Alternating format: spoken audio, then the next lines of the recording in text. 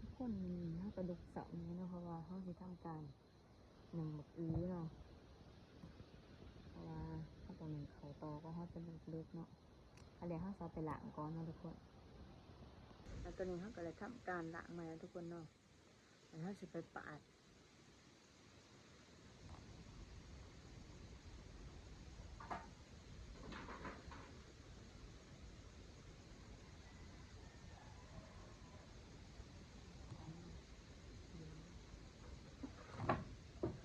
จะเพียงอีก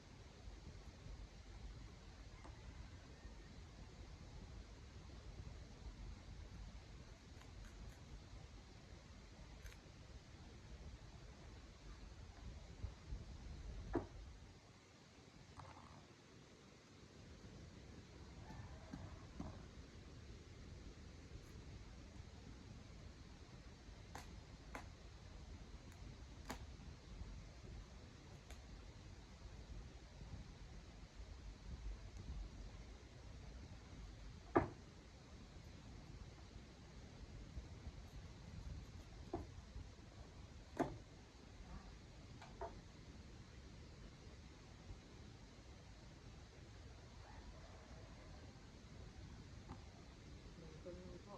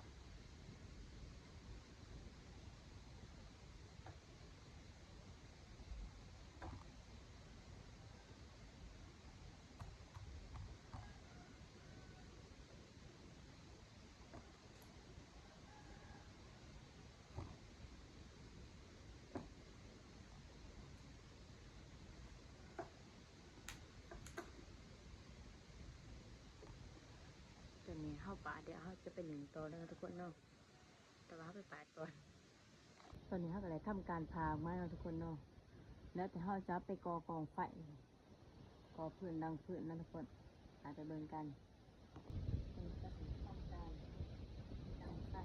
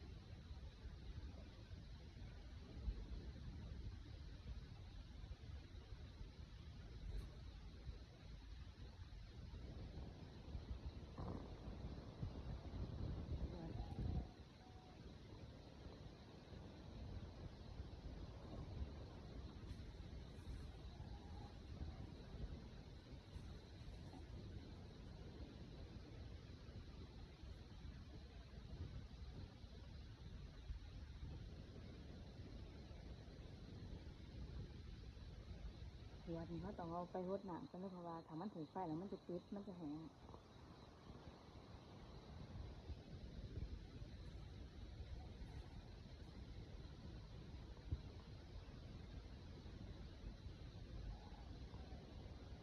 ทำแบบนี้ค่ะเนาะ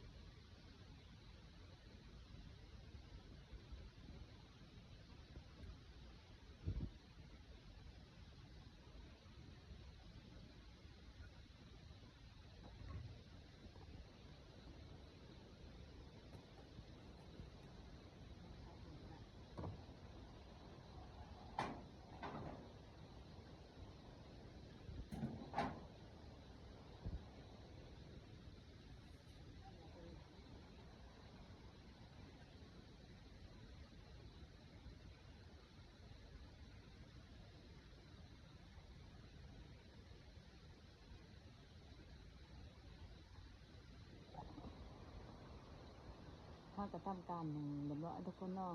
แล้ววันนี้เขาจะไปเบิ่งตอนที่ว่ามันแหละเสร็จสมบูรณ์นะคะก็จะใส่น้ำตาลน้ำทุกคนตอนนี้จะซุปแล้วเนาะทุกคน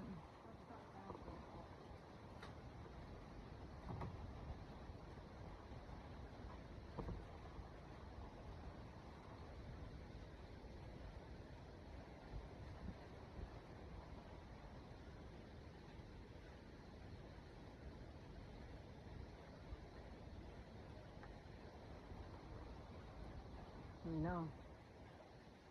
เอาใส่มันเย็นก่อนสิโรยน้ำตาลแล้วโรยน้ำตาลกันก่อนตอนนี้ก็เป็นอันเดียวเนาะทุกคนเนาะเขาใส่น้ำตาล